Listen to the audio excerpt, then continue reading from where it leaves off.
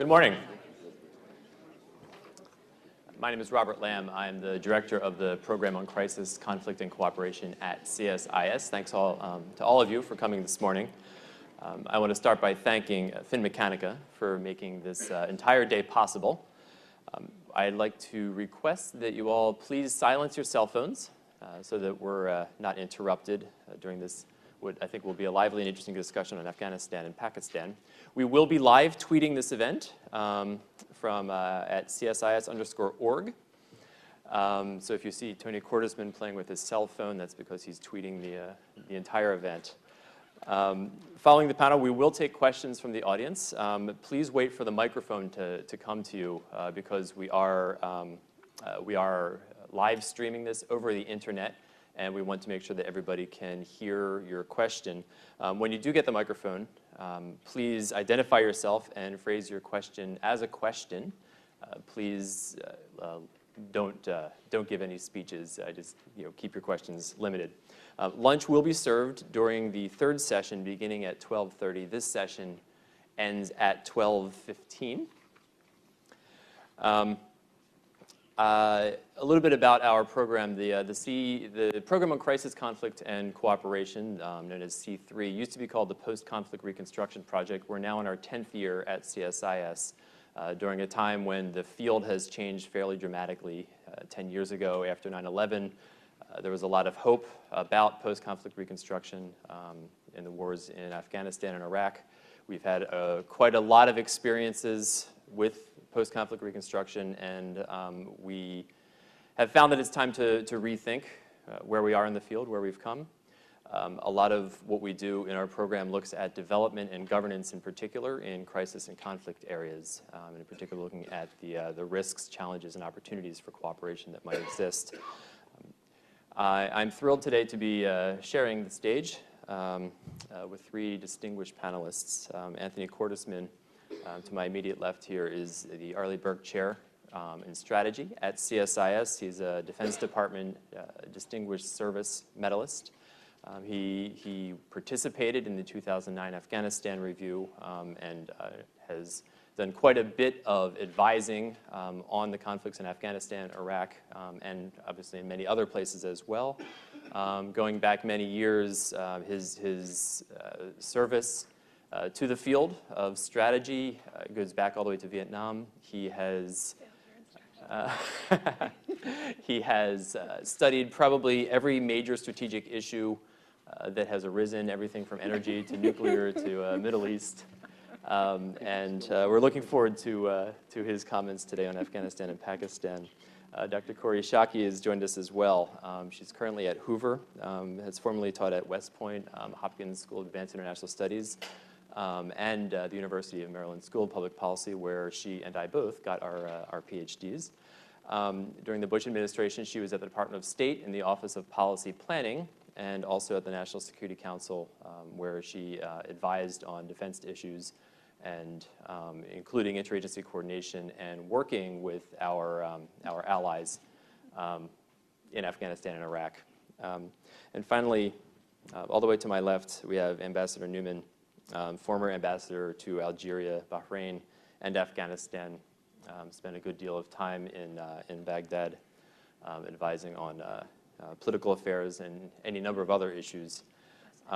He was once the Deputy Assistant Secretary in the Bureau of Near East Affairs in the State Department, is a published author and a very well-known expert on all things having to do with the subjects we're talking about today. So thank all of you for being here. It's very easy to be pessimistic about the situation in Afghanistan, the transition in Afghanistan, and the U.S. relationship with Pakistan. Clearly, in both countries, there's problems with corruption, problems with relations between civilian and military parts of the government. There is a good deal of violence in both countries, some related to insurgency, some more terroristic in nature. Strange relationships between government officials and various malign actors, organized criminals, former warlords and commanders. It's a very challenging environment to work in Pakistan. Last year, with the death of Osama bin Laden, the relationship with the United States broke down pretty severely.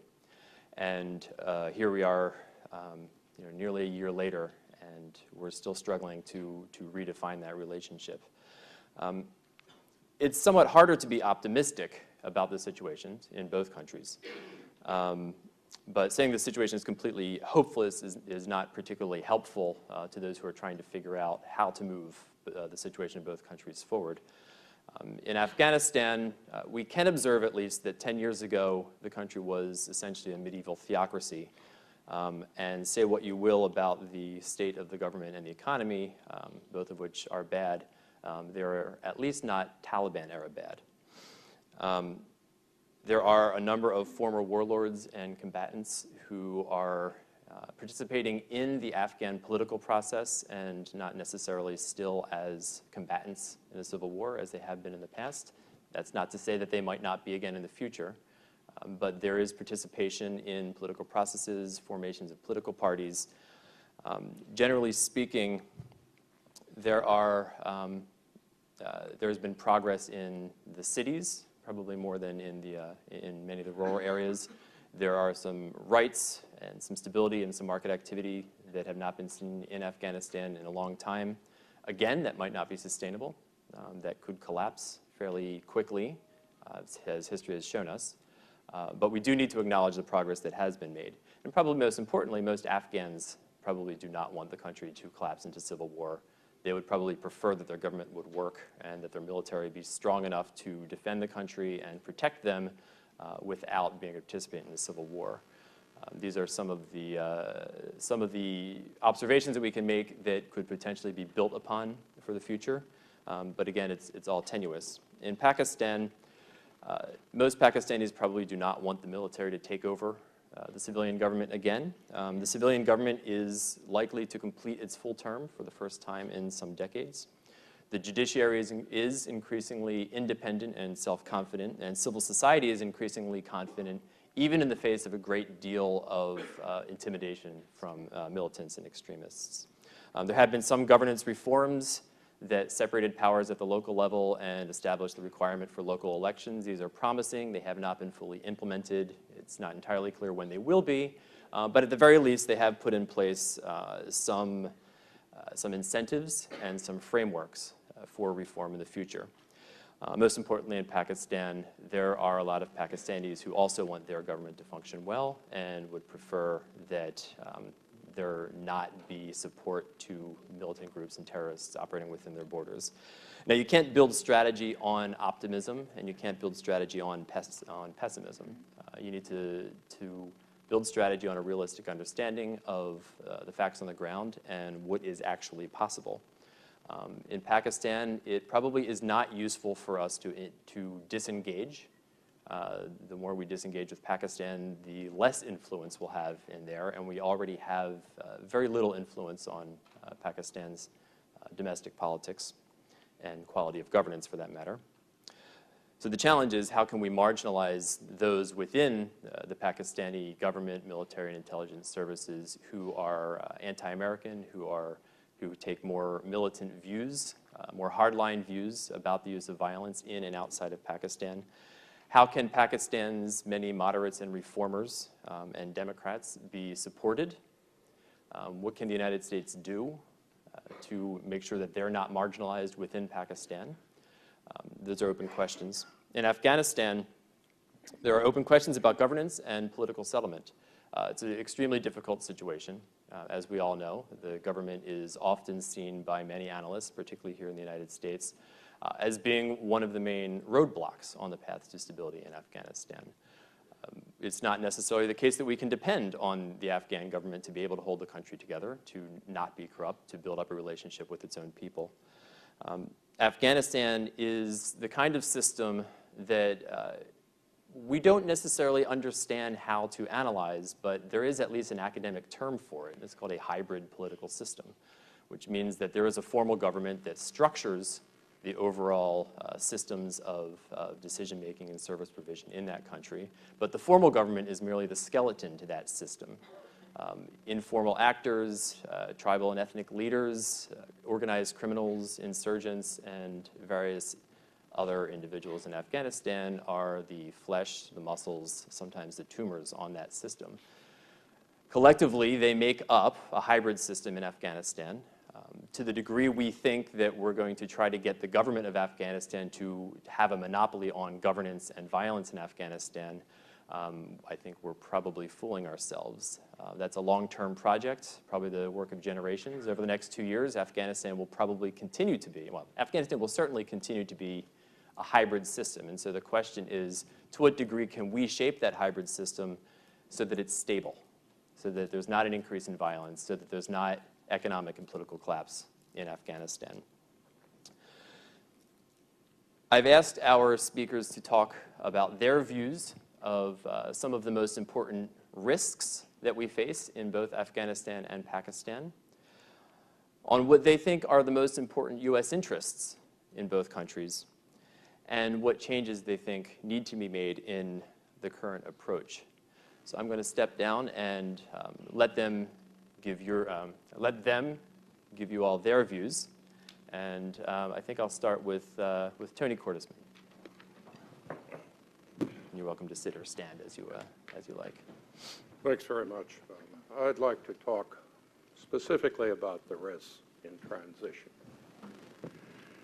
And let me preface this with 2 points. First, it's by no means clear that if we can't achieve most of our goals, Afghanistan somehow comes back under Taliban control.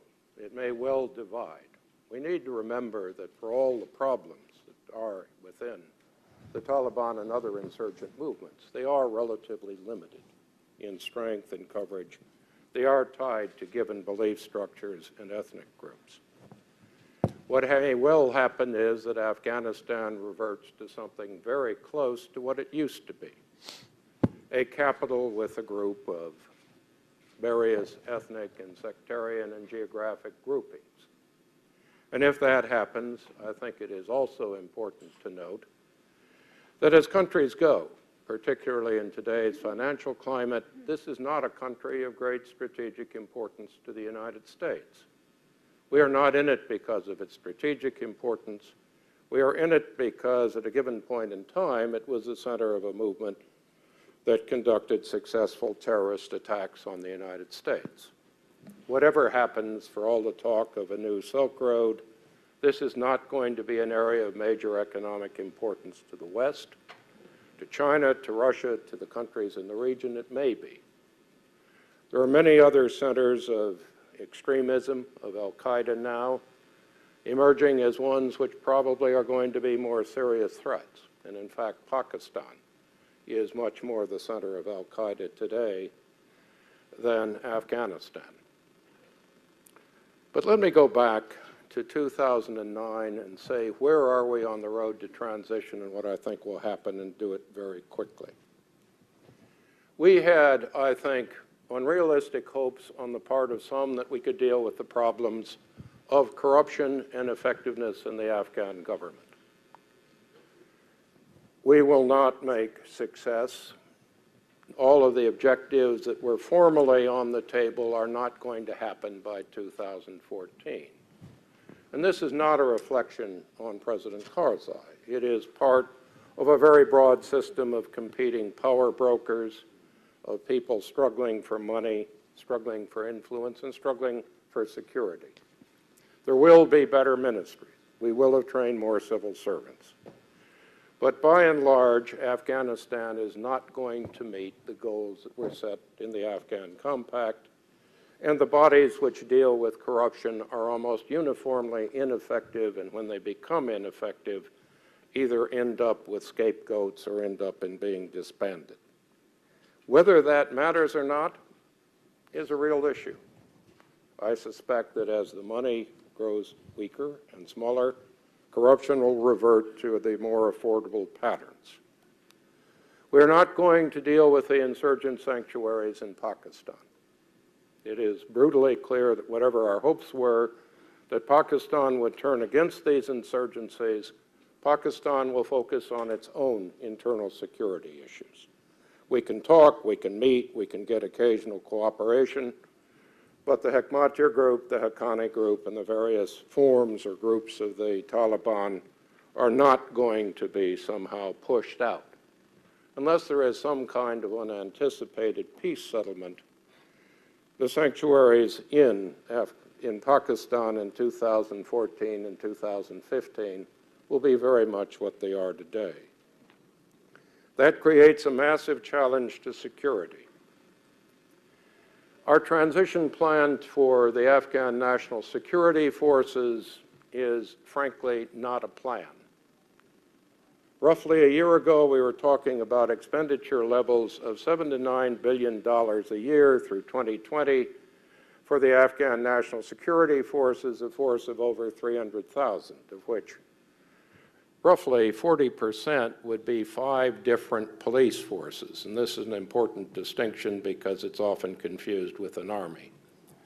We are now talking about $4.4 billion a year after transition, having cut our FY13 request roughly in half from what we spent in FY12. We're talking about going down to 230,000.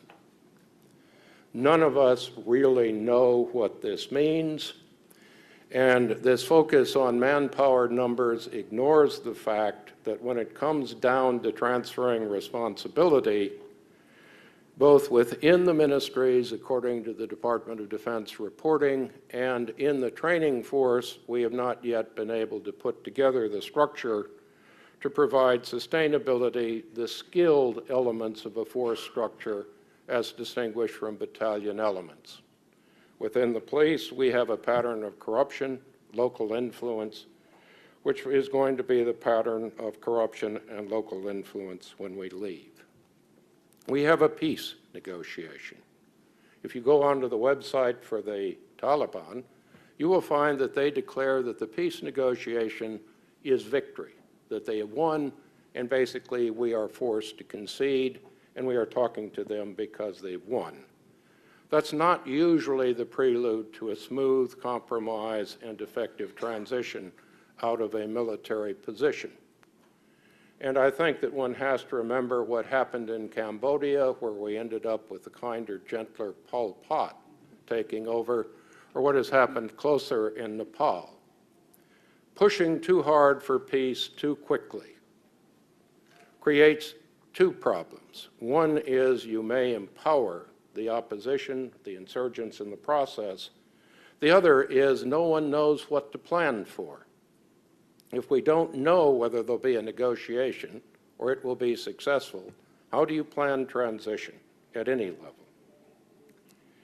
When we talk about U.S. force cuts, it's important to note that we never build up to the U.S. force levels that were called for in the original McChrystal plan, and we have already built down far more than we had originally planned to build down. Similarly, we never had the number of civilians that were called for in the strategy. Whether that's critical or not is not yet clear, but I think that the plans we had at the start of last year for holding on to the South and moving into the East are not tenable with the forces we are going to have left. And the rate of reduction in the course of the period between June and September of this year is going to create major problems. In terms of Afghan presence and structure, as we look at the real power structure, we still have a question: can we have a successful election at the same year we're in transition? If so, who will the leader be? Will it really matter? We often worry about the quality of the election for the Afghan legislature, but nobody can really explain to me what it does aside from consume assets. The Constitution that we left basically gives the president power over virtually all of the revenues, and that leaves provinces and districts with a structure that is inherently weak. The last time I looked, we were at about 25% of the goal for Afghan officials in the field that we had planned in 2009. Whether that's a good thing or a bad thing is hard to measure. Some people would argue that these are enough. When you look at the pressure that is coming from outsiders on what happens as we leave, we don't yet know, but we are seeing a step up in Iranian activity, and we certainly do not see a Pakistan which has abandoned its goal of making Afghanistan strategic depth. Whether India has changed its goals is another issue. What is truly striking is the absolute lack of commitment so far on the part of China or Russia, both in aid and any other kind of active presence. The most that Russia has done is support us, rather oddly, in maintaining power projection. In terms of the actual fighting, let me just make a comment about what I have seen. There are two sources of reporting on Afghan security that are unclassified and official. One is a report by the Department of Defense called the 1230 report. It's a semi-annual report. Another is a report by the Special Inspector General for Afghan Reconstruction. 2 years ago, those reports provided data on areas of insurgent influence, areas where the Afghan government was or was not becoming more effective, maps of where aid was being spent, a whole series of indicators. All of them are no longer in the reports. What we see today is a set of measures which bear a striking resemblance to what happened in Vietnam. We don't talk about insurgent influence. We talk about insurgent significant incidents and insurgent-initiated attacks. Now, strangely enough, we tend to win by those criteria. They don't take on our conventional forces and win.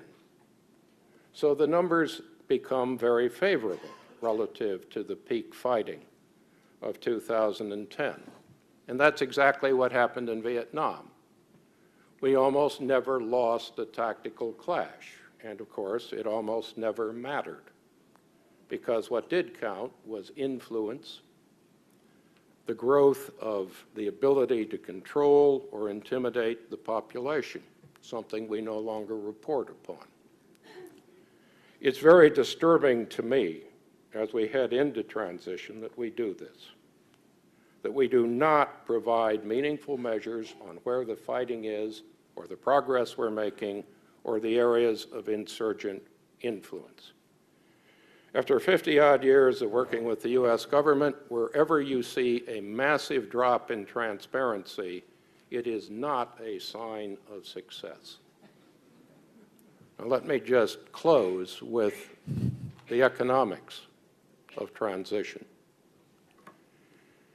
If you go back to the Bonn conference, the Afghan government submitted a paper listing a whole group of reforms that's been promising for the last 6 years. In return for that, it asked for between $10 and $20 billion a year in aid through 2020. It did not describe how that aid would be spent, and the figures were taken almost verbatim from a World Bank study on transition, which is the same study that the U.S. is using to the extent we have a transition plan. There's a little problem. The World Bank estimate of the Afghan economy is approximately half the estimate used by the State Department and by the CIA. And this just illustrates the almost total disconnect in the level of economic data we have. We don't know, basically, where our money goes. We know how much we appropriate, but we have no accounting system to say exactly where the spending goes inside Afghanistan, and we have no formal measures of effectiveness as to what the aid programs are. Please don't misunderstand. I think we have accomplished a great deal with roads, with water, and individual aid projects. But if you look at these numbers, as we go into the economics of transition, we have spent, since this war began, 10 times the highest estimate of the Afghan domestic GDP over the same 10-year period. As that money goes down, we risk a recession or a depression of major proportions. And we do not have, in any credible form, the most basic data on the Afghan population, the Afghan economy, or exactly what we have been doing with aid money and exactly who it's gone to. Thank you.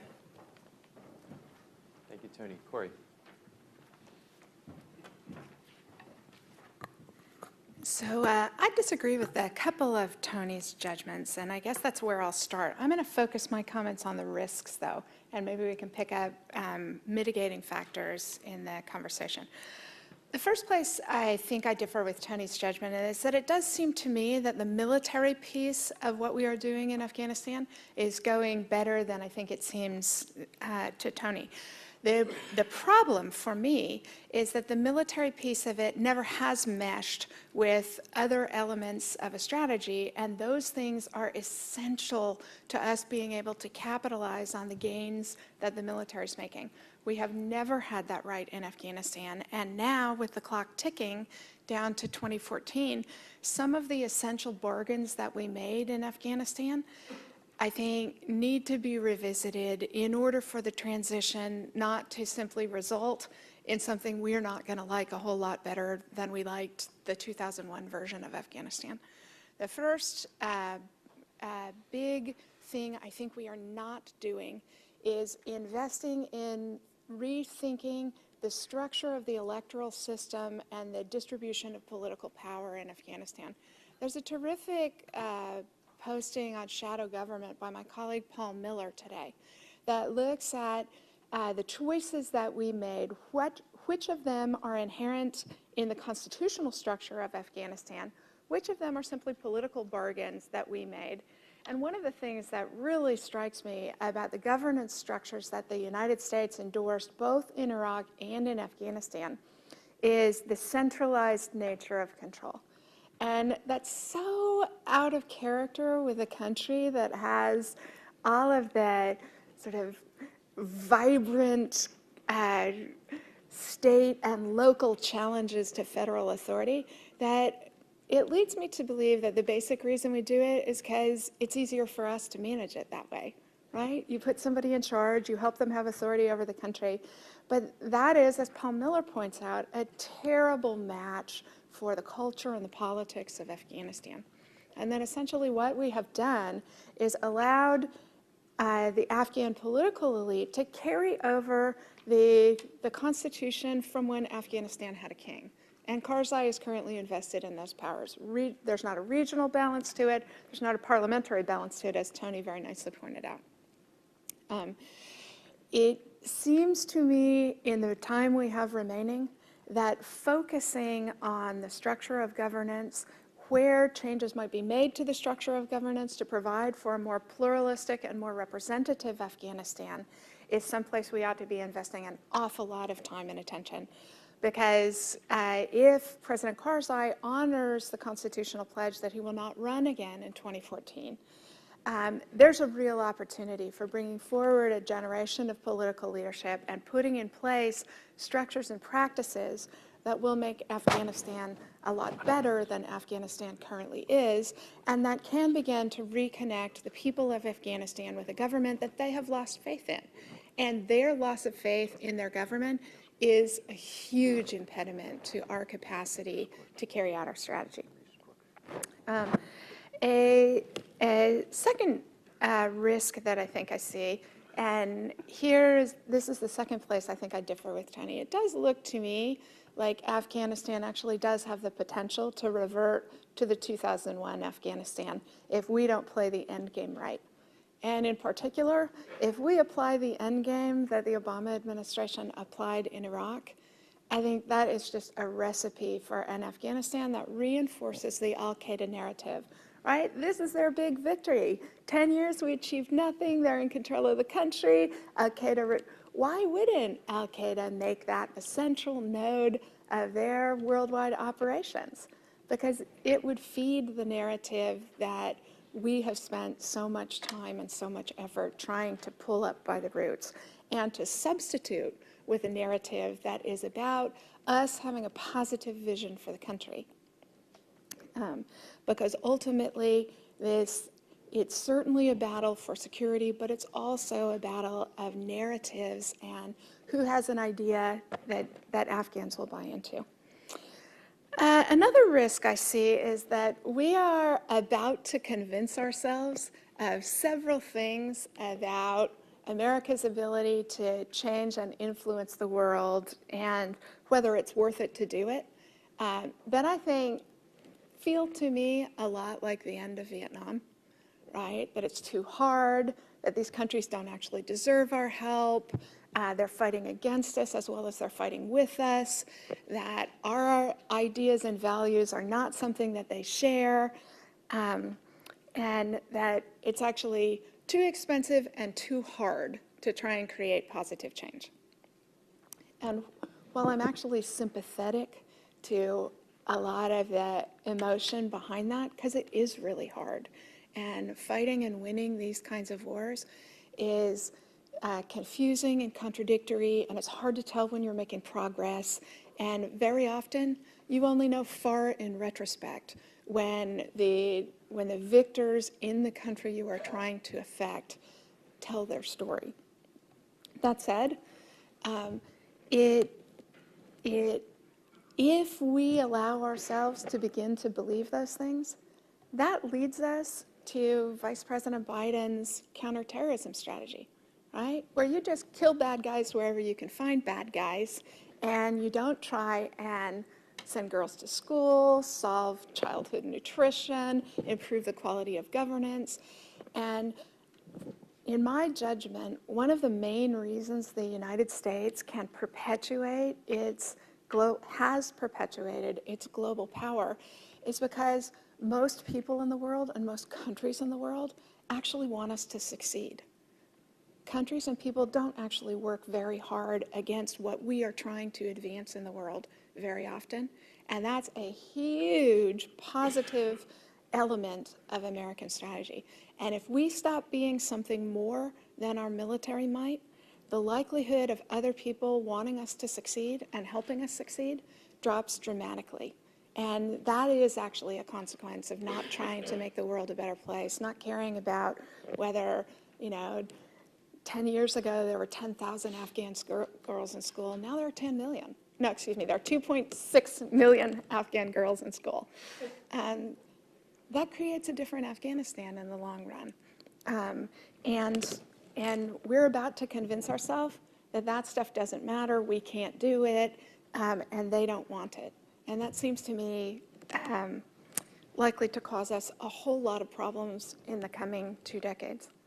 Another risk I see in the endgame of Afghanistan is that if we adopt this approach, if we decide hearts and minds are unwinnable, and by the way, it's too expensive and too hard to do, that it makes it much more difficult to get positive cooperation for other things we want to do. Because after all, if Afghanistan's the place where, the first attack on American territory in the last 50 years comes from, and we don't bother to see that one through to a positive finish, to one that secures our actual interests, then why would other countries that we are trying to persuade to do what is in our interests have any belief at all that we're going to see it through to where they and we benefit from it? And perhaps the country it is most important to persuade in this regard is Pakistan, for reasons Tony alluded to and that I think are self-evident. Another risk, I think, that is internal to the American logic on this is that whole of government operations is really hard and we're not very good at it. And we're about to convince ourselves that we can't do this, right? That our military is great at their job, but nobody else is any good at their job. And we need a strategy where the military gains aren't weighed down by failures in our diplomacy and our development and other things. Again, I'm sympathetic to the critique. American diplomats and American development workers aren't nearly as capable as they could be. But that's not because they are either stupid or ill-meaning. It's because we don't invest in their professionalism in the way we invest in the professionalism of the American military. And we need to fix this. It's a structural fix. It's not impossible. In fact, businesses all over the country succeed at this. The military succeeds at this. We can fix this. We just haven't. And we are looking at the consequences of having it, which is that our military success outpaces our capacity to capitalize on it in diplomatic and economic terms. But the solution to that isn't falling back to strategies that don't have constituent elements of diplomatic and development and other aspects. It's making ourselves as good at those other things as we make ourselves at the military success. Another risk that I think Tony very rightly pointed out is that the Afghan National Security Forces cannot do what we expect them to do. This seems to me very much an open question, and while I see positive signs, for me the most significant one recently was the comparison of the studies that the American military did about green on blue attacks in Afghanistan and the one that the Afghan army did. The American military did what the American military does so wonderfully and endearingly well. It critiqued what we could do better, right? What it concluded is that we need to be more sensitive, we need to be more knowledgeable, we need to be more respectful of the Afghans, and I'm sure all of that's true, but it is a problem that focuses on us as the solution. The Afghan army also did a study, and what they found is that the majority of green on blue attacks occur, but the perpetrators of them, their families are living in Pakistan. So that tells you something about their commitment to Afghanistan. It tells you something about the potential for hostage taking. It tells you something about the likelihood of radicalization. Not only did they identify those factors, but they also have moved to require all Afghan soldiers to have their families living in Afghanistan. So they not only identified the problem, they identified solutions and brought them into effect. And that suggests to me that the Afghan National Security Forces are perhaps better than any of us are giving them credit for. That for me is an important sign. That said, to the extent that our military operations still depend so heavily on night raids, I think there's a real question whether Afghans, when they are in the leadership, are going to be willing to do this in the way that we've done this. I was quite taken aback in General Allen's testimony a couple of weeks ago that he mentioned that we have conducted 2,200 night raids in the course of the last year. And he also said that 82% of them captured their intended target, and that only 1.5% of those raids resulted in civilian casualties. And that's a very admirable statistic, but that means that at least 330 times a year, Afghan civilians are being killed in the conduct of night raids, right? That's almost a death a day, or several deaths a day over the course of the year. It's understandable to me why that's difficult for them to sustain. It's understandable to me that when it's Afghans conducting these raids, they will have a much more difficult time building political support for that. And so to the extent our strategy continues to depend very heavily on that, it seems to me problematic. Two last quick points. First, I think we are at risk of adopting a strategy where we quarantine failed states. And I would want to be a lot more confident in our ability to play defense before I would shift our strategy that way. It does seem to me that even the Abdul Muttalib bomb threat from December of 2009 suggests to me that we want to have a layered defense and we want to be a lot better at the defense piece of it before we start to shift our strategy that way. And lastly, perhaps the biggest risk of all of the trajectory that we are on in Afghanistan is that we are reinforcing Pakistan's paranoia about us abandoning them, about India taking over in Afghanistan, about our fundamental hostility to their security interests. And we really ought to, in the course of the next 18 months, find a way to deal with that if we want an end state in Afghanistan that we're going to feel achieves our security interests. Thank you, Corey. Ambassador Newman.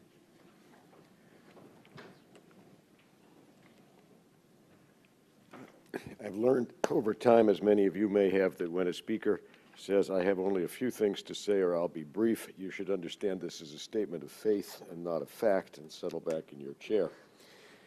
Nevertheless, I am going to try to be actually on 9 minutes. Afghanistan is not going well. You've heard a lot about that. You see a lot about it in the press. It is also an incredibly complicated situation, and the result of that for analytical purposes is that it's very convenient for cherry picking. Those who consider everything impossible and one should leave can find ample evidence to support the conclusion. Those who say the strategy is going well will pick a different array of facts. The battling goes back and forth, and positions get harder but not wiser. And it's very difficult to get out of this because it is so complex that those who study it or visit it as they begin to develop positions can almost invariably find the examples to support the position they take in. Maintaining an open mind in this kind of situation is extraordinarily difficult, frankly. That perhaps makes it useful to think about a few basics, but not to the exclusion of all the complexities. To my mind, there are two big categories of risk to us strategically in Afghanistan. One is that a premature departure leads to a civil war. I don't think it leads to a Taliban reconquest, but I do think it leads to a civil war. And in fact, a great many Afghans are talking about a civil war today and thinking about how they would conduct themselves and positioning themselves. They're not planning it. Nobody's going to start a civil war tomorrow while we're there. But the amount of discussion about a civil war when I was back in 2010 and in March and November of 2011, and the amount of talk had increased by March of 2011, and it had become sort of common wisdom by the end of that year. That civil war would draw in all of the usual suspects, Iran, Pakistan, Russia, India, and it would go on for a very long time. Take Lebanon as an illustration in point. Smaller country, poisonous as they were, the external players were less capable overall than those that will play in Afghanistan. And that civil war has the potential to destabilize a very large part of Central Asia. It is also going to draw Pakistan in, I think, because their view will be that they cannot allow the Indians and their Northern Alliance colleagues to encircle them, and therefore they must support those who will prevent that from happening, which includes a certain number of people that we're fighting with. I find it very difficult to believe that Pakistan will be able simultaneously to do better at coping with its own extremism while supporting close cousins of the extremists in the war in Afghanistan. So I think the risk in Pakistan gets worse. And then a point that my colleagues mentioned, it's a huge propaganda and moral shot in the arm for, to use a simplified term, jihadists. The second superpower defeated, God is on our side, forward to victory. I don't know where that plays out, but if you think that's a risk that's not a risk, then I think you should think twice about it. It is possible that we will fail. I would say the margin for a kind of messy success is quite narrow, and it is narrower now than it was a couple of years ago, and some of that is our own doing. I would like to propose, though, that the debate about this needs to deal with two basic questions. You can decide that the risks that I describe are acceptable risks, then the cost of trying to prevent them is not worth paying. That is a reasonable position. You can also decide that I overstate the risks, but then one should have a body of evidence to support that view, not a kind of bumper sticker, the dominoes didn't fall in Vietnam, so let's go.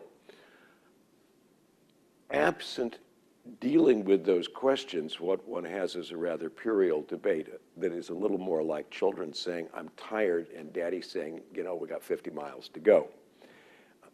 That is understandable. It is human. It is not intellectually enriching. So there are risks. The chance of success, I think, is quite low. There are a lot of reasons for that. We were asked, or I was asked anyway, to talk a little bit about what it is we can do about it. And that is, of course, where, you know, years of diplomatic practice come from. I don't care how gloomy it is. You know, my job is to figure out what it is I can do about it, even if that might be hopeless. I don't think it's quite hopeless here. But in considering this, I think we need to consider also where we are in the transition period. For all the gloom and doom, with a great deal of which, by the way, analytically, I agree. I agree with a great deal of what Tony had to say about lousy reporting from of what's happening. We are only now at the point where we are testing the theory. We have had considerable military success, thanks, Corey, in the South, where our troops are. But we do not know whether the Afghans can take that over. We know that our troops will have to fight some major battles in the East. We know there is a plan for that, and we know that there is a plan to do that with repositioning, but we have not seen the results. I could go on, but what I'm really trying to say is this is a bit like finding you're in the course and you're about to take the midterm and deciding to drop the course before you take the midterm.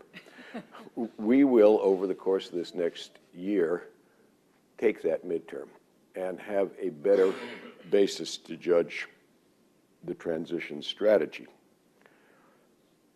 I think, given the level of risk that I see, it is important to use that year as best we can and then rejudge whether we really have possibilities here. Question about what it is we can do. Now, there's always a lot we can do, but we vary, you know, we swing rather wildly between very large expectations and deep depression when the world doesn't change instantaneously. And when one looks at what we can do, I would say, I have to say, by the way, this is unlikely, but the most important single thing we can do is to steady down on our intentions, because every player takes position to some degree on the United States. Those who side with us, those who oppose us, those who are fighting us, those who are simply neutral or looking for their own survival. And the reality is right now they have no bloody idea what we intend. This is true of President Karzai, who has told me so. It is true of his most fervent critics, who've said that they do not understand what we intend after 2014, but they have to survive. We have a transition policy that is beginning to come into focus, and maybe if we sign the strategic partnership, it will. But the fact remains that at this point, our intentions post-2014 are not very clear, and our messaging is rather mixed. What does this mean to the Pakistanis?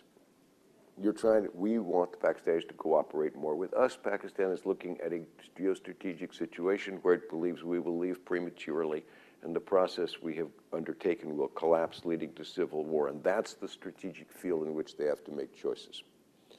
Afghans are thinking the same. They have 30 years of practice with foreigners leaving. What does this do? It creates hedging behavior. You may have to steal more because you're going to have to run. You tighten your ties with your ethnic and tribal colleagues because they're the ones who are going to fight with you if you're not going to run. But if you do that, you don't really give much of a damn about their corruption and their rapacious behavior. You think there may be a civil war, you start looking at whether you've got your colleagues as battalion and brigade commanders and where they're positioned and where they're stationed in the country, and that takes precedence over professionalism because you're going to have to fight with them and survive. So there are a whole series of hedging behaviors. You want to negotiate with the Taliban, but you think you might be leaving. You know, this is a way to raise the price, not to produce a rapid negotiation. If you think negotiations are a rapid alternative to war, you suggest that your appetite for war is less than your opponent's, and you are simply raising the price or raising their propensity to simply wait you out. Now, I'm not against negotiations, but understand they're parallel. So, if there is a single thing that is overwhelmingly important to our chances of success, it is to define what we are going to do and put into it. I have very little expectation that's going to happen, by the way, but I was asked to say, what could we do about this? So I'm going to leave it at that. There are any number of bits and pieces. I mean, I've been doing Afghanistan for a number of years now. I first went there in 1967. And I can tell you there's nobody who actually understands Afghanistan in a comprehensive way. But the virtue of those who continue to work on it for a long time is that we can raise your confusion to a higher level of detail. Thank you very much.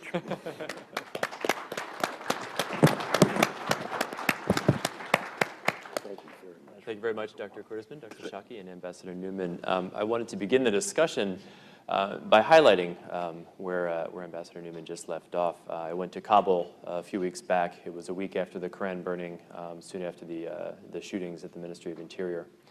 And Kabul was on lockdown. A lot of my meetings were canceled. The upside of that was that freed me up to meet more Afghans.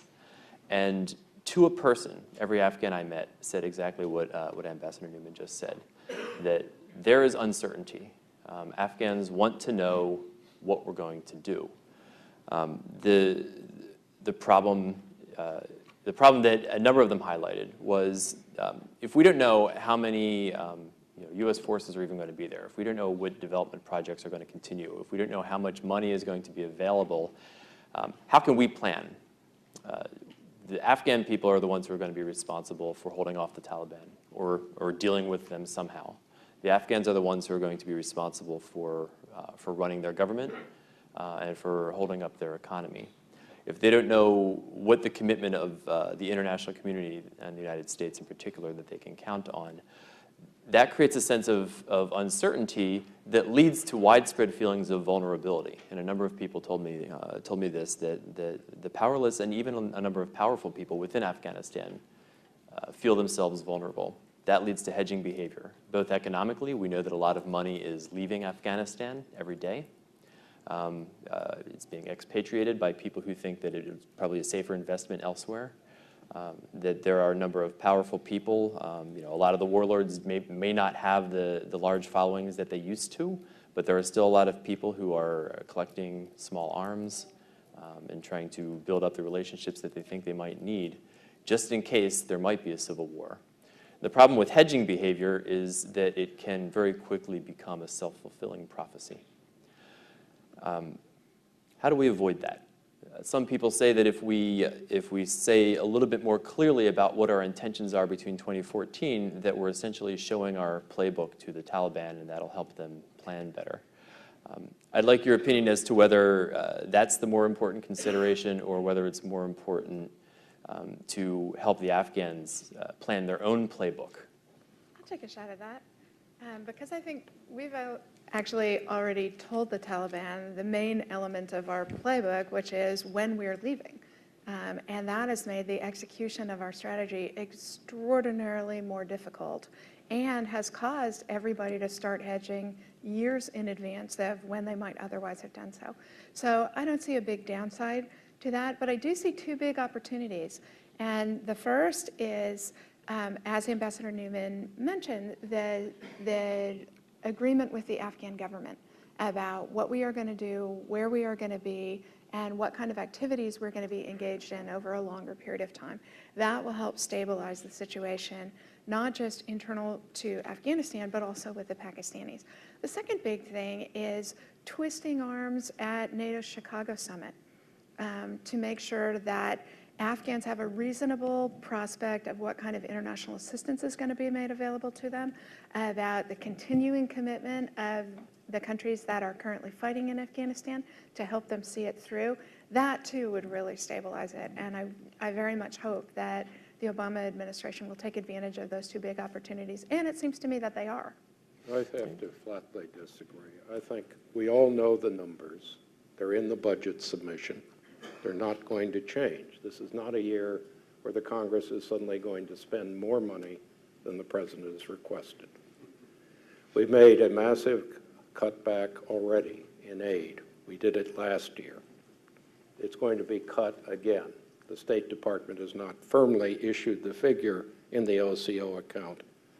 But basically speaking, when we go into Chicago, we will go into Chicago having already decided we are not going to spend anything like the money that was called for in the original transition planning, and going to allies for more pledges. We have some very good data on whether allies meet pledges. They are historical, and they're very clear. But those are civil aid programs. The problem is the massive expenditure in Afghanistan has come from military spending, not aid.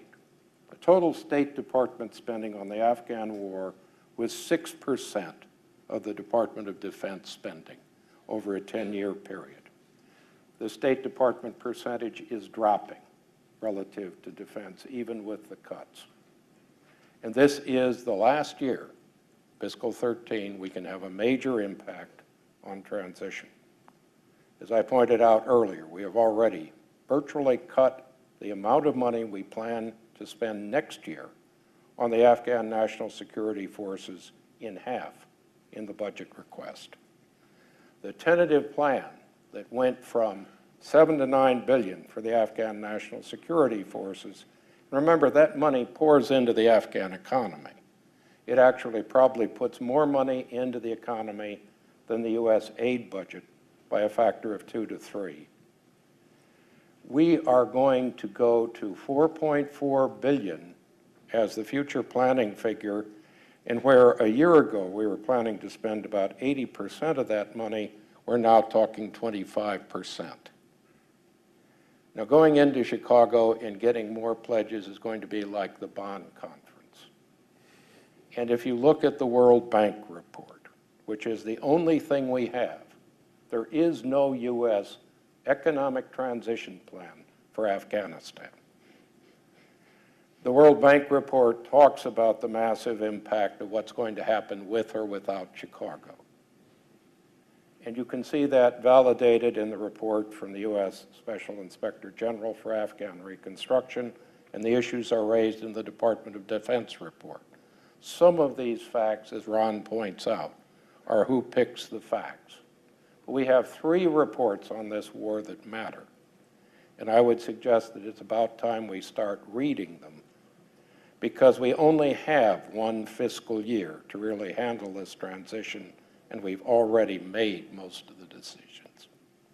Ambassador Newman, there's one source of uncertainty is the question of numbers and commitment to the international community. Another source has to do with governance and politics within Afghanistan, the capabilities of the government and so on. And I'd like your thoughts on both of those. Yeah. We are talking past each other just a little bit. Your original question was whether making the playbook clearer would be an advantage. Corey said it would. Tony talked about how dismal the playbook is. And with the usual deference that I have for my colleague, Dr. Korsman, I agree the playbook is not real good. And frankly, I think our choice of numbers is really a bit too low for the strategy. Our ways and means are not as well in balance as I would like to see them. But that said, the Afghan and regional expectation that we're just going, that there is nothing, is so large that, in fact, even what we are going to do, if it is understood and publicized, does have value within the political situation, which we were talking about, which was your initial starting point, what people expect us to do. The broad expectation is that we're all gone in 2014. So if you start talking about dollar numbers and maintaining an Afghan army, you can have a big argument about whether that army is sufficient. And you can also have an argument about how much of our dollars pours into the Afghan economy. An awful lot of that has gone in, some has, a lot has gone into equipment, and a lot of what has gone into the economy has been construction of facilities which we would not have been continuing anyway. But the size of the Army and salaries, that goes in. So I still come out that it is important to have greater clarity about what we are doing, whether or not that policy is totally adequate to the transition. But the second point I would make is it's kind of an operational one, but signing the Strategic Partnership Agreement or bond is going to have a one-day, bond, Chicago is going to have a 1 or 2 day half-life. People forget documents very quickly. So if we really want to use the greater clarity that may come out of this, and I think you may see some more pledges on the Afghan army out of Chicago, then you're going to have to treat them as politicians treat their stump speech. You give it over and over again, and you don't expect that you can give it once and wonder 6 months later why you have no constituents. So even if we get a degree of clarity, whether adequate or not, there will be an operational question which may look sort of, this isn't a policy issue, but it is a policy issue, because if you do it badly, you lose the, if you don't do it, you lose the effect of your document. On governance, and sorry to take so long to wind up to your question there, we are now in a position where we have enormous suspicion between us and President Karzai and many around him. And some of that suspicion is because we don't like the way they do things. A great deal of that suspicion has also been caused by us, by our complete mishandling of him, and by the misperception of our motives. And, you know, I guess I'm harder on our stupidities than theirs. But the fact is, we are now dealing in a situation with a great deal of distrust. And we have a situation where we don't have clarity about whether we will stay. This means our leverage for domestic and governance change is very low. I wish it were better, but it's not. So when we think about what we can do, I wouldn't be too grandiose. I think our ability to restructure the basic form of the Afghan government is almost nil. There are too many. You do that once before you hand over sovereignty. Once you've handed it over, you don't have the ability to make that size change anymore, even if you screwed it up the first time. There are issues. Could one, should one bring the elections forward to late 2013 or early 2014 while we'll have more security in country? If you did that, that's a very big political deal with the parliament. Can we push more into the provinces? There's an argument for doing it. Those things are worth looking at, but I think one has to recognize that the amount of influence we have is for marginal change in governance over the next year or two. I'd like to take 3 questions from the audience. When I call on you, please wait for the microphone to arrive and identify yourself, and please keep your question very brief. We don't have very much time left, and we'd like to maximize the amount of time for discussion. Start with this gentleman here. I'm sorry, second. The microphone is on the way. I'm Harlan Ullman. I have 2 brief questions. Before Corey drew some of my fire, I found it instructive that nobody had mentioned NATO. So my first question is, what do you think the impact of Afghanistan is going to be on NATO, given that European publics are even more disposed against the war than a majority of Americans? And second, about Pakistan, what do we do? I think one of the many nuts of the problem is that going back to Pervez Musharraf when he was both Chief of Staff and President, extending today to Asif Zardari and Pervez Kiani, the Pakistanis have always disagreed with our strategy in Afghanistan. They have argued from the very beginning consistently it was not going to work, so why should they support a strategy that they think was going to fail? And that's been their view collectively for the last 5 or 6 years. What do we do to turn that around? Or is there really nothing we can do, and no matter what we think, Pakistan is just going to get worse until it gets better? Thank you very much. Question 2 is at the table behind you. Thank you. My name is Debbie Smith. I run an NGO, Paths, and we're building a school for kids with disabilities in Afghanistan and Kabul. My question is for Corey. In regards to your comments on the increase of boots on the ground vis-a-vis State Department assets, It's been my observation watching things in You're going to keep Afghanistan. the question very brief, please. Yes, I'm sorry. That we have approached it from more of a top-down as far as development instead of bottom-up, and I'm wondering if you could just speak to that. Okay, and the final question back by the back door, please.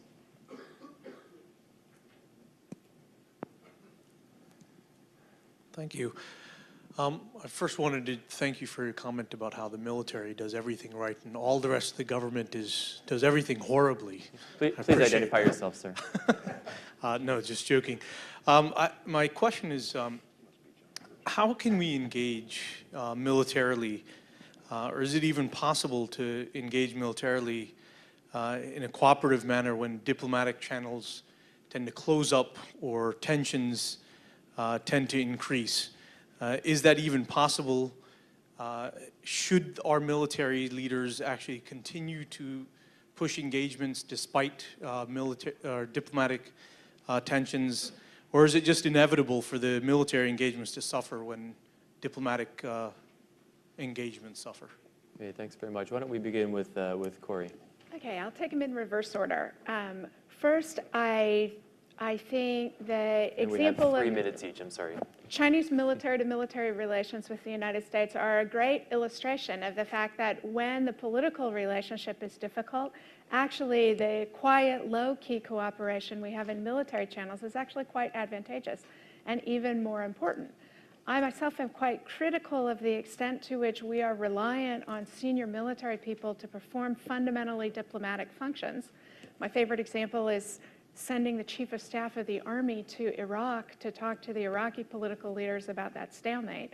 That sends a terrible signal about American diplomacy, that we are over-reliant on combat boots rather than wingtips or at least good black shoes for what needs to be done diplomatically, which takes me to your point.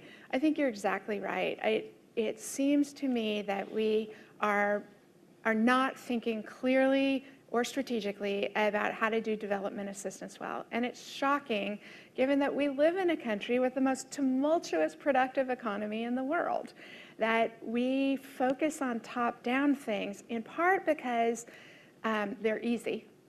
Also because, gloriously, we have the experience of NGOs and religious organizations and, you know, the big, beautiful mess of American civil society has, in the last 15 years, moved into development assistance in an enormous way, and it's been great for the world. But we haven't rethought the question of, what do we need to do as a government in development assistance? Should we, actually, Ambassador Newman has talked quite thoughtfully about this subject, and you might want to talk to him afterwards, but there's a lot that we ought to be rethinking about. What does the government need to do at a time when remittances and civil society and private philanthropy is doing so much in this space? And Harlan, to your point. In 20 seconds. Okay. So I won't talk to the NATO piece, but the Pakistani piece. The Pakistanis do not have a positive strategy themselves for either their own success or success of what they want to achieve in Afghanistan. Working with them in a constructive way to nudge them towards things that the Afghans might actually want, that the Pakistanis also want, and finding a basis for cooperation with India is an extraordinarily difficult intellectual and diplomatic task, but it's the fundamental one. Thank you very much. Tony. Well, very quickly, Harlan, I think in the case of NATO, and this is a thing we all need to remember, NATO countries have populations which have already discounted Afghanistan, as a good part of America has. We've forgotten about what happened in Vietnam, but while there are real risks, what minimized the risks was that people already saw it as a war that didn't matter when we left. And that greatly reduced the impact it had internationally. The real problem, I think, in NATO now is whether NATO Europe is going to actually ever implement any of the current strategy in terms of its more limited power projection capabilities, and what coherent structure will exist there. The Afghan war is not the test of NATO. Europe is. In the case of Pakistan, I think we need to be realistic. Without getting into it, I think that the agency's study of Pakistan probably is realistic. Pakistan today is what Pakistan will be in 2014. It is not quite a failed state, but it is a failed government. And its attitudes on the Afghan war are not ones we can change through negotiation. It will be a major problem, and the sanctuaries will remain. In terms of the whole problem of top-down engagement and the rest, the fact is, I think when we talk about military diplomacy and civil diplomacy, what I see in the U.S. and Pakistani teams are actually very good mixes of civil and military diplomacy. But whatever you do in negotiation, you can't do more than the people you negotiate with will allow you to do. And the problem isn't that we had the wrong strategies or the wrong methods of negotiation. We will do a little better with Pakistan because of military to military and civil dialogue, but not much. And finally, on the whole aid issue, understand that our PRT structure already during 2013 will implode down to 5 entities, undefined, but no more than 5. The Allied PRTs will probably go at least as quickly. That means that sometime by the end of 2013, the number of operational aid workers in the field for governments will be somewhere like 1/3 of what they are now. And the whole surge will have disappeared. How much money they'll have is anybody's guess. That's going to put more and more of a burden on the NGOs if the NGOs can stay. But the thing that's being forgotten here is that the contract security forces that many people depended on will be gone. And the replacement for the contract security forces are one of the undebated failures of the development of Afghan security forces. The system isn't working, and it isn't going to work in the foreseeable future. Thank you, Dr. Curtisman. Ambassador Newman, final word, please. I'm going to take your challenge for 3 minutes. I think we need both top-down and bottom-up. Recognize 2 things. Bottom-up, as vital as it is very, very difficult to scale up quickly. The success of most small projects is that they are done carefully at a small level. By their very definition, you can't massively expand them. And we are an impatient folk, usually asking for very fast results. That pushes us to both top-down, and it pushes us to often demand speed and metrics that are highly unrealistic, and then to blame the project implementation when that fails. I don't think I know enough about NATO to say something useful on that. I can speculate, but it's not worth having. On Pakistan, one cannot possibly answer that question in the 2 minutes and 5 seconds I have left. But I would say that first of all, if we had greater clarity about what we were going to do, we would have somewhat more chance of influencing the strategic perceptions of Pakistan. Without that clarity, we give up the greatest single lever we would have to change their understanding of the world they have to live in and deal with. Secondly, we alternate between, we want a strategic relationship and we're mad. Mad as in angry, not as in our other potentials. That alternation is confusing and it serves little purpose. And one needs to understand that both elements of pressure and of reward are going to have to operate rather continuously. I don't think we do that.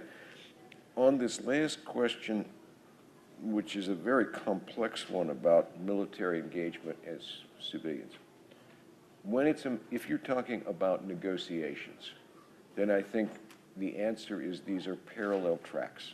You do both simultaneously. Prime Minister Rabin, I'm very fond of quoting on this one, asked how he could negotiate with terrorists, said that I must fight terrorism as though there were no negotiations, and I must negotiate as though there was no terrorism. And that, I think, is fundamental. When you get down to an operational level, there are times when you need, frankly, to control your military targeting for political purposes. There are other times when you don't. If you're going to run, there are times when you need to do it even within the military. If you're going to run special ops, you need to deal with the local situation and not stumble across your own maneuver units and what they're trying to do. That can also be true of Pakistan.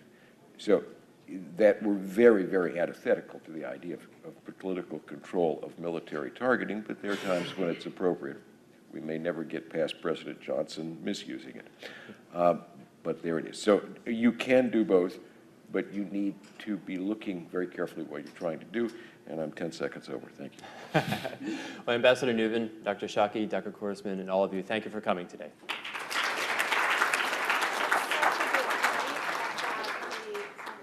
Particular in crisis and conflict areas, and in particular looking at the risks, challenges, and opportunities for cooperation that might exist. I'm thrilled today to be sharing the stage with three distinguished panelists. Anthony Korsman, to my immediate left here, is the Arleigh Burke Chair in Strategy at CSIS. He's a Defense Department Distinguished Service Medalist. He participated in the 2009 Afghanistan review and has done quite a bit of advising on the conflicts in Afghanistan, Iraq, and obviously in many other places as well.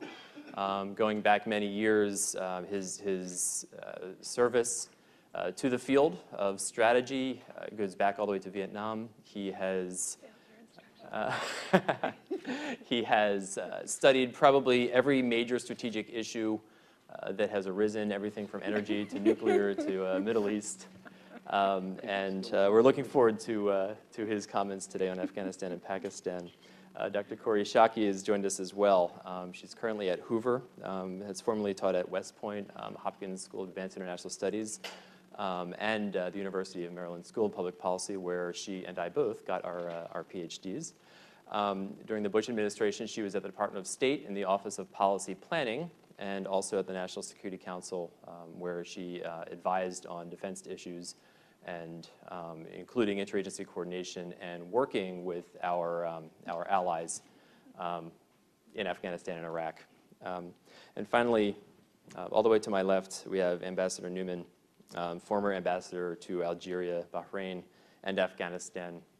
Spent a good deal of time in Baghdad advising on political affairs and any number of other issues. That's not to say that they might not be again in the future, but there is participation in political processes, formations of political parties. Generally speaking, there has been progress in the cities, probably more than in many of the rural areas. There are some rights and some stability and some market activity that have not been seen in Afghanistan in a long time. Again, that might not be sustainable. That could collapse fairly quickly, as history has shown us. But we do need to acknowledge the progress that has been made. And probably most importantly, most Afghans probably do not want the country to collapse into civil war. They would probably prefer that their government would work and that their military be strong enough to defend the country and protect them without being a participant in the civil war. These are some of the observations that we can make that could potentially be built upon for the future. But again, it's all tenuous. In Pakistan, most Pakistanis probably do not want the military to take over the civilian government again. The civilian government is likely to complete its full term for the first time in some decades. The judiciary is increasingly independent and self-confident, and civil society is increasingly confident, even in the face of a great deal of intimidation from militants and extremists. There have been some governance reforms that separated powers at the local level and established the requirement for local elections. These are promising. They have not been fully implemented. It's not entirely clear when they will be. But at the very least, they have put in place some incentives and some frameworks for reform in the future. Most importantly, in Pakistan, there are a lot of Pakistanis who also want their government to function well and would prefer that there not be support to militant groups and terrorists operating within their borders. Now, you can't build strategy on optimism, and you can't build strategy on pessimism. You need to build strategy on a realistic understanding of the facts on the ground and what is actually possible. In Pakistan, it probably is not useful for us to disengage. The more we disengage with Pakistan, the less influence we'll have in there, and we already have very little influence on Pakistan's domestic politics and quality of governance, for that matter. So the challenge is, how can we marginalize those within the Pakistani government, military, and intelligence services who are anti-American, who take more militant views, more hardline views about the use of violence in and outside of Pakistan? How can Pakistan's many moderates and reformers and Democrats be supported? What can the United States do to make sure that they're not marginalized within Pakistan? Those are open questions. In Afghanistan, there are open questions about governance and political settlement. It's an extremely difficult situation. As we all know, the government is often seen by many analysts, particularly here in the United States, as being one of the main roadblocks on the path to stability in Afghanistan. It's not necessarily the case that we can depend on the Afghan government to be able to hold the country together, to not be corrupt, to build up a relationship with its own people. Afghanistan is the kind of system that we don't necessarily understand how to analyze, but there is at least an academic term for it. It's called a hybrid political system, which means that there is a formal government that structures the overall systems of decision-making and service provision in that country, but the formal government is merely the skeleton to that system. Informal actors, tribal and ethnic, was once a Deputy Assistant Secretary in the Bureau of Near East Affairs in the State Department, is a published author and a very well-known expert on all things having to do with the subjects we're talking about today. So thank all of you for being here. It's very easy to be pessimistic about the situation in Afghanistan, the transition in Afghanistan, and the U.S. relationship with Pakistan. Clearly, in both countries, there's problems with corruption, problems with relations between civilian and military parts of the government. There is a good deal of violence in both countries, some related to insurgency, some more terroristic in nature. Strange relationships between government officials and various malign actors, organized criminals, former warlords and commanders. It's a very challenging environment to work in Pakistan. Last year, with the death of Osama bin Laden, the relationship with the United States broke down pretty severely. And here we are, nearly a year later, and we're still struggling to redefine that relationship. It's somewhat harder to be optimistic about the situation in both countries. But saying the situation is completely hopeless is not particularly helpful to those who are trying to figure out how to move the situation in both countries forward. In Afghanistan, we can observe at least that 10 years ago, the country was essentially a medieval theocracy. And say what you will about the state of the government and the economy, both of which are bad, they are at least not Taliban-era bad. There are a number of former warlords and combatants who are participating in the Afghan political process and not necessarily still as combatants in the civil war as they have been in the past. Good morning. My name is Robert Lamb. I'm the director of the Program on Crisis, Conflict, and Cooperation at CSIS. Thanks to all of you for coming this morning. I want to start by thanking FinMechanica for making this entire day possible. I'd like to request that you all please silence your cell phones so that we're not interrupted during this, what I think will be a lively and interesting discussion on Afghanistan and Pakistan. We will be live tweeting this event from at CSIS_org. So if you see Tony Cordesman playing with his cell phone, that's because he's tweeting the entire event. Following the panel, we will take questions from the audience. Please wait for the microphone to come to you because we are live streaming this over the internet, and we want to make sure that everybody can hear your question. When you do get the microphone, please identify yourself and phrase your question as a question. Please don't give any speeches. Just keep your questions limited. Lunch will be served during the third session beginning at 12:30. This session ends at 12:15. A little bit about our program. The Program on Crisis, Conflict, and Cooperation, known as C3, used to be called the Post-Conflict Reconstruction Project. We're now in our 10th year at CSIS, during a time when the field has changed fairly dramatically. 10 years ago, after 9/11, there was a lot of hope about post-conflict reconstruction in the wars in Afghanistan and Iraq. We've had quite a lot of experiences with post-conflict reconstruction, and we have found that it's time to rethink where we are in the field, where we've come. A lot of what we do in our program looks at development and governance in